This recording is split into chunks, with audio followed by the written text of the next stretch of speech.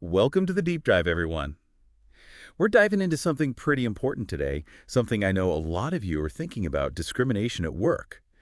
And we've got this really fascinating book to help us navigate this whole topic. It's called Discrimination at Work, The Psychological and Organizational Basis. Catchy title. Right. Well, it's actually packed with insights from leading researchers in the field. So what we're going to try and do today is, well, kind of unpack it all for you. Really get into the different forms of discrimination, the things that contribute to it, and maybe even figure out some ways to make work a more inclusive place. Sounds like a plan. Yeah. And believe me, some of the findings in here, they're pretty surprising. We tend to think of discrimination as these really obvious things, but it's often much more subtle than that. Absolutely. It can be hiding in plain sight. Yeah, exactly. Even in our unconscious biases or the very systems that we work within. It's often baked into the cake. To get us started, the book actually uses this definition of discrimination by Gordon Allport. He describes it as, and I'm quoting here, unjustified negative actions that deny individuals or groups of people equality of treatment. Powerful stuff. Right. And the thing is, it shows how discrimination isn't just a personal thing. It operates on, multiple levels. Definitely. We see it in everything from cultural norms to policies at institutions. It's everywhere. Yeah. And to illustrate how widespread it is, the book mentions this study done in LA that found that almost 60% of Black respondents had experienced discrimination at work. That's a huge percentage. It really is. So where do we even begin with a problem this big, right? Well, the book dives into some of those psychological factors at play. Have you heard of the term cognitive misers? Yeah, I have. Basically, it suggests that our brains like to cut corners when we're processing information, and that can lead to, unconscious bias. Makes sense. We get bombarded with so much information all the time. Our brains try to simplify things. But of course, those shortcuts can lead us to rely on stereotypes. Even if we know better. Yeah, exactly. Even if we consciously reject prejudice, it's like our brains are working against us. So basically, even if we truly believe in equality, we might still be making these biased judgments without realizing it. That's the scary part. That is a little unsettling. And there's this really interesting example in the book. Researchers found that white interviewers, the ones who scored higher on those, what do they call them, subtle racism measures, they were actually more likely to discriminate against Black applicants if they could justify it with some kind of business reason. So even when we think we're being totally objective. Our hidden biases can creep in. Wow. That's a real wake-up call. Yeah. Makes you wonder how often this happens without us even noticing. But it sounds like this goes way beyond just individual bias, right? What about how groups work? Does the book get into that? Oh, yeah, for sure. They introduce this idea of relational demography, which basically looks at how the makeup of a work group, like the demographics, can actually impact individuals. So if you're the only woman, say, on a team of men, or the only person of color in a department, that could really affect your experience. Absolutely. And they break it down further with this attraction, selection, attrition model. It's a mouthful. ASA, right? Yeah, ASA for short. But basically, think about it. We tend to hire and work with people who are similar to us. And that can lead to, workplaces that are very homogenous. Everyone's the same. And then those who don't fit the mold, they might feel isolated, disadvantaged even. It becomes this self-perpetuating cycle. The book also talks about this concept of tokenism. What exactly does that mean? Well, tokenism is that practice of making just a small effort to include minority groups, just for show. Like you're the token woman or minority on a team. I get it. And the research shows those individuals, they often face increased role ambiguity. They might have lower self-esteem and even lower job satisfaction. It's not just how they feel, though, right? Yeah. There are real consequences. Oh, absolutely. The book actually highlights a study that found that Black leaders in predominantly white workplaces, they experienced higher levels of depression and anxiety. That's really sad to hear. But it's important to acknowledge these things. Have you ever been in a situation where you felt like the token? I think we've all had those moments, haven't we? It's something to think about because it shapes our whole perspective. But we need to consider another big piece of this puzzle too, right? This whole issue of power. Power dynamics are huge. They're crucial to understanding how discrimination works in the workplace. I mean, just think about it. People in positions of power, they're often more likely to stereotype and discriminate against those who have less power. And this is especially true in fields that have traditionally been dominated by, specific groups. So it's like those in power set the norms. And if those norms are based on their own limited experiences, It's kind of setting everyone else up to fail. Yeah, it creates a system that's rigged against anyone who doesn't fit in. Does the book give any specific examples of how this power dynamic plays out? There's this concept they talk about called ambivalent sexism, and it shows how this stuff can be really subtle. Okay, ambivalent sexism. What is that exactly? It's a bit complicated, but basically it means that women are often stereotyped in both positive and negative ways.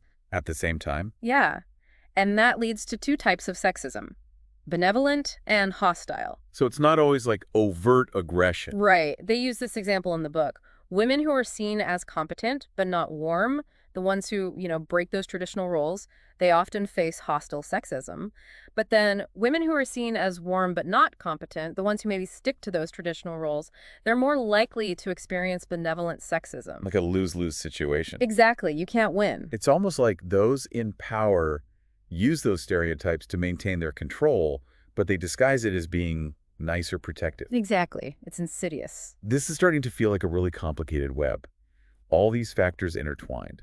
It is, and it gets even more interesting when we start looking at how organizations themselves contribute to this.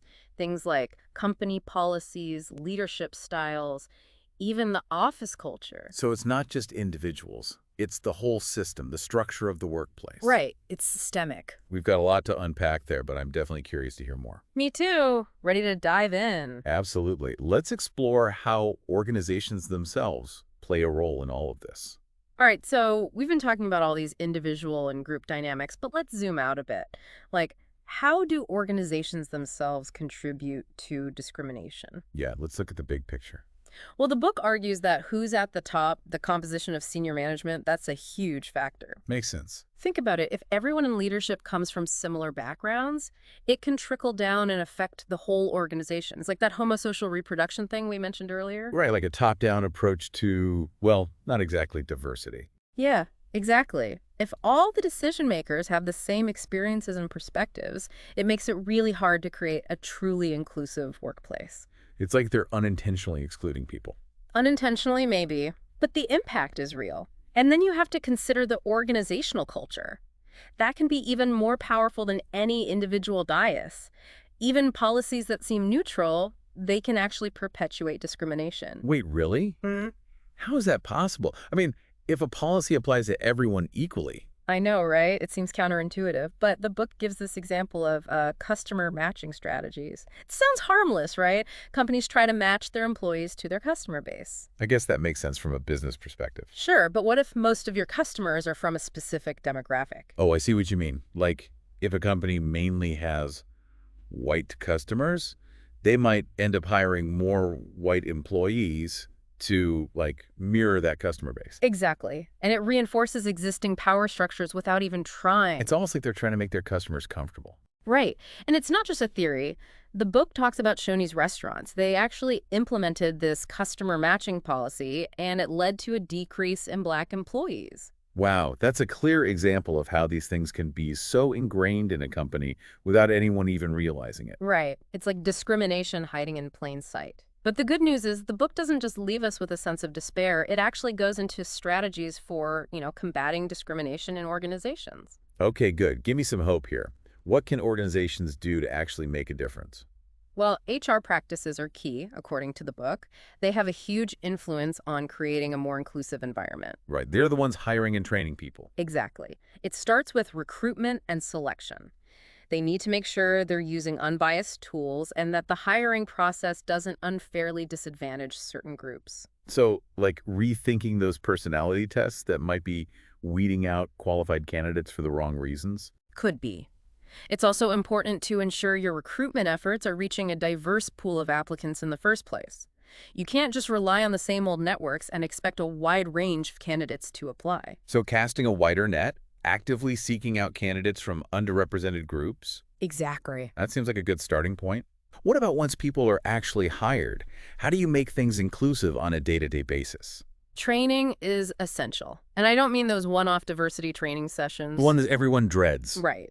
The book emphasizes the need for ongoing, comprehensive training programs that really address biases head-on and promote inclusive behavior. So it can't just be a one-time thing, right? It has to be part of the culture. Absolutely. It needs to be integrated into onboarding, woven into leadership development, and reinforced regularly through workshops and discussions. You want to create a culture where people feel comfortable talking about these issues. That makes a lot of sense. What about things like performance reviews and how people are rewarded? Can those systems help promote equity and fairness? Oh, definitely. The book talks about the need for performance appraisal systems that are, transparent and designed to minimize bias. So clear criteria that apply to everyone consistently. Regular feedback so people know where they stand. Exactly. And it's not just about the evaluation itself. It's about making sure managers are trained to recognize their own biases, to give feedback that supports everyone's growth, no matter their background. That's important, but probably not easy to do. No, it's not. It takes a real commitment. What about rewards? How can companies ensure their compensation systems are equitable and don't, continue those pay gaps we see? Transparency is key. Organizations need to be open about how they determine pay and ensure it's based on things like skills, experience, performance, objective criteria, not subjective factors that could be influenced by bias. So equal pay for equal work. It sounds simple enough. It should be, right? But we know it's not always the case. Yeah, those pay gaps are stubborn. It's more complex than it seems. It's not just about men and women getting paid the same for the same job title. It's about addressing the systemic factors, like, certain jobs being dominated by one gender, or the fact that work traditionally done by women is often undervalued. It's a bigger conversation for sure. It is. We need to look beyond those individual cases and think about the broader societal patterns that are keeping these inequities in place. The book also talks about this idea of subgroup norming, which is interesting. Subgroup norming. I haven't heard of that. It's kind of controversial, and it's actually been banned in the U.S. Basically, it involved adjusting test scores or other selection criteria based on a person's demographic group. So like trying to level the playing field. But it was banned? Why is that? Well, the idea was to reduce adverse impact, but some people argued that it could lead to less qualified people being chosen just because of their group, which goes against, the whole idea of meritocracy. I see. So even with the best intentions. It can backfire. It shows how complex this all is. We need those nuanced approaches. And the book really stresses the importance of data in all of this. Organizations need to collect data on diversity metrics throughout the employee life cycle. Hiring, promotions, attrition. Right, so tracking how people from different backgrounds are moving through the company. Yep. That way, you can spot potential areas of bias and develop targeted solutions. It's about being honest with yourself and seeing where you might be falling short. Using data to uncover those hidden patterns, the ones we might not even realize are there. Exactly. But data alone isn't enough. The book really highlights the role of leadership in creating a culture of accountability around diversity and inclusion. So leaders can't just say they support diversity, right? They have to walk the walk. Totally. They have to be vocal advocates, model inclusive behavior, hold everyone accountable for creating a workplace where everyone feels valued. It sounds like it has to be everyone's responsibility, not just an HR initiative. You got it. It's about building a workplace that reflects the diversity of the real world and really values the talents and perspectives of everyone. That's the goal, for sure. But it's not going to happen overnight, is it? Nope. It's a long-term commitment. It's about constantly learning, challenging our own assumptions, and striving to do better. Exactly. It's a journey, not a destination. Yeah. And the book does a great job of mapping out that journey for organizations. Yeah, it's been a really helpful guide so far. We've covered so much. It's clear that discrimination is a complex issue. No easy answers. But I'm feeling a little more hopeful now. Me too. Knowing there are concrete steps we can take to create those more equitable and inclusive workplaces. And remember, this is an ongoing conversation. We have to keep learning, keep challenging each other, keep pushing for progress. Couldn't agree more. This is a topic that deserves our attention. But for now, I think we need a little break. Come back refreshed, and we'll pick up where we left off in the next part of the deep dive. Welcome back to the deep dive. We've been using this book, Discrimination at Work, as our guide. And man, it's really made me rethink a lot of my assumptions about this whole discrimination thing. Yeah, it's pretty eye-opening. Shows you just how deep-rooted it can be. We're talking individual biases, organizational structures, even societal norms. It's everywhere. It really is. And we've talked about so much already, prejudice, those group dynamics, power imbalances, how company policies and practices can play a role. But there's this one more type of discrimination the book explores that I found really fascinating, to be honest, and kind of surprising. Which one is that? attractiveness bias. Ah, yes. The beauty premium. It often gets overlooked, maybe because it seems so superficial. But the book makes a strong case that being seen as unattractive can actually hurt you in the workplace. I'll admit, I was a bit skeptical at first. I thought, come on, is this really a thing? But they present some pretty convincing evidence. Oh, yeah, the research is there. Studies have shown that people who are seen as attractive are often perceived as more competent, more trustworthy, even more deserving of rewards. And it's regardless of their actual abilities. So it's like attractiveness gives them this halo effect that makes people see them in a more positive light. That's a great way to put it. And this bias, it can show up in all sorts of ways. Hiring decisions, performance reviews, even promotions. It's not always intentional, but it's definitely there. The book actually mentions a study that found a connection between attractiveness ratings and how much money people make.